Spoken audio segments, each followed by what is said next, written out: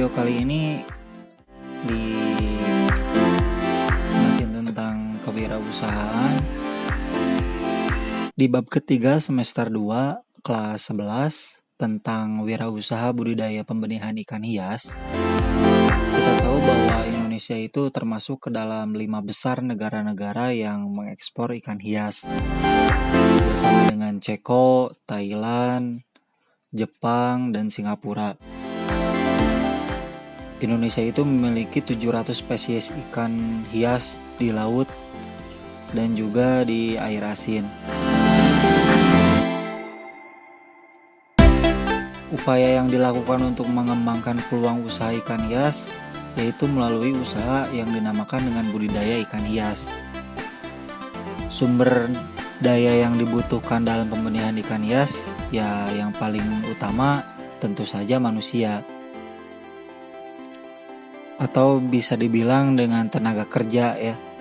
Sumber daya yang dibutuhkan untuk membuat usaha pembenihan ikan hias tidak jauh berbeda dengan usaha pembenihan ikan pada umumnya, dari mulai aspek manusia, uang, atau biasanya disebut dengan modal usaha, kemudian material atau biasa disebut dengan bahan, misalkan seperti pakan, indukan ikan, kemudian peralatan yang berupa media hidup ikan tersebut, lalu sistem kerja dan pemasarannya tentu saja. Selain tenaga kerja, aspek bahan indukan ikan hias merupakan salah satu yang perlu diperhatikan dalam usaha pembenihan ikan hias. Indukan ikan hias masih diambil dari alam. Di video kali ini salah satu contohnya di sini adalah wirausaha budidaya ikan hias. Tentang ikan hias, di sini adalah pengenalan sedikit tentang ikan hias tersebut. Ikan hias merupakan salah satu hobi yang akhir-akhir ini mulai digemari di kalangan masyarakat Indonesia, baik yang tua maupun yang muda. Semua berlomba untuk memiliki salah satu ikan hias yang dipelihara di rumahnya. Tak hanya sebagai pemelihara, yang dinamanya ikan hias pastinya untuk memperindah isi dalam ruangan dan juga menambah nuansa alami yang ada di dalam rumah. Apa yang dimaksud dengan ikan hias? Ikan hias adalah jenis ikan baik yang berhabitat di air tawar maupun di laut yang dipelihara bukan untuk dikonsumsi, melainkan untuk memperindah taman atau ruang tamu. Karena jarang orang menangkap ikan hias untuk dikonsumsi. Kebanyakan orang menangkap ikan hias itu ya untuk bikin akuarium di rumah, biasanya disimpan di ruang tamu. Ada juga yang biasa disimpan di luar, seperti tadi dikatakan untuk memperindah taman ya. Macam-macam jenis ikan, di sini salah satu contohnya ikan hias air tawar yang sering kita jumpai yaitu ikan mas koki, ikan koi, sama satu lagi ini yang paling istilahnya paling banyak dijual, bahkan anak-anak kecil suka untuk membelinya, ikan cupang. Ikan cupang ini biasa orang-orang menjualnya untuk diadu. Jadi ikan cupang ini kalau misalkan ketemu lagi sama ikan cupang itu biasanya suka diadu ikannya. Nah, anak kecil biasanya suka untuk membelinya karena bukan suka terhadap bagus ikannya, tapi suka diadunya. Ikan hias air tawar menghabiskan sebagian atau seluruh hidupnya itu di air tawar seperti sungai dan danau dengan salinitas atau kadar garam kurang dari 0,05%. Ya bisa kalian lihat di rumah-rumah tetangga, misalkan ada yang punya kolam isinya ikan hias, bisa kalian lihat kebanyakan ikan hias yang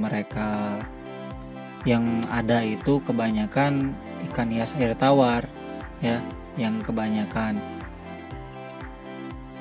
Nah, ada satu lagi yaitu ikan hias air asin. Ini jarang orang yang memelihara, tapi ada juga yang memelihara. Ikan hias blue tank ikan hias Watchman Gobis.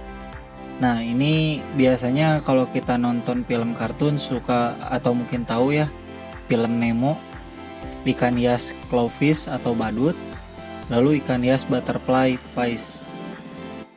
Ini salah satu contoh saja ikan hias air asin, sebenarnya masih banyak sekali ikan hias air asin yang lainnya. Ikan hias air asin menghabiskan sebagian atau seluruh hidupnya di air asin di laut dengan salinitas atau kadar garam kurang lebih 3,5%. Ini salah satu contoh budidaya ikan hias. Ikan cupang itu memiliki indukan cupang. Untuk cupang jantan berumur setidaknya 4-8 bulan. Bentuk badan panjang, siripnya panjang dan warnanya terang, atraktif. Gerakannya agresif dan lincah. Untuk cupang betina berumur setidaknya 3-4 bulan. Bentuk badan membulat, bagian perut sedikit buncit, siripnya pendek dan warnanya kusam, tidak menarik, gerakannya lambat. Ini salah satu contoh gambar ikan cupang. Bisa sebenarnya banyak ya. Ini salah satu contoh saja, bisa kita lihat. Misalkan di sini kita tulis ikan hias cupang.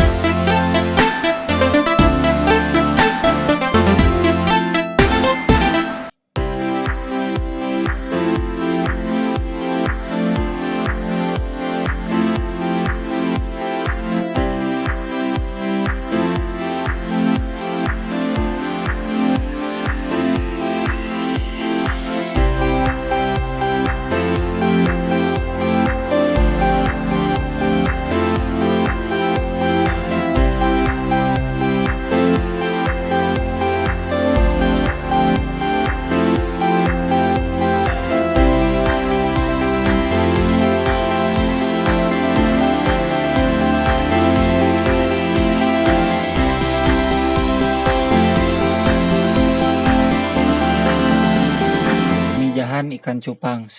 Setelah indukan jantan dan indukan betina siap untuk memijah, sediakan tempat berupa wadah dari baskom, plastik atau akuarium kecil dengan ukuran 20x20x20 cm. Seperti gambar berikut ya. Siapkan juga gelas plastik untuk tempat ikan cupang betina. Sediakan juga tumbuhan air seperti kayambang. Berikut langkah-langkah pemijahan ikan cupang. Isi tempat pemijahan dengan air bersih setinggi 10-15 cm. Sebagai catatan, gunakan air tanah atau air sungai yang jernih. Tambahkan ke dalam wadah tersebut tanaman air sebagai tempat burayak berlindung. Masukkan ikan cupang jantan yang telah siap kawin. Ikan cupang jantan akan membuat gelembung-gelembung udara. Setelah indukan jantan membuat gelembung, masukkan indukan betina. Setelah terjadi pembuahan, angkat segera indukan betina. Karena yang bertanggung jawab membesarkan dan menjaga burayak adalah cupang jantan. Setelah kurang lebih 1 hari, telur-telur tersebut akan menjadi burayak. Setelah 3 hari terhitung sejak telur menetas, berikan kutu air atau monia atau dapnia.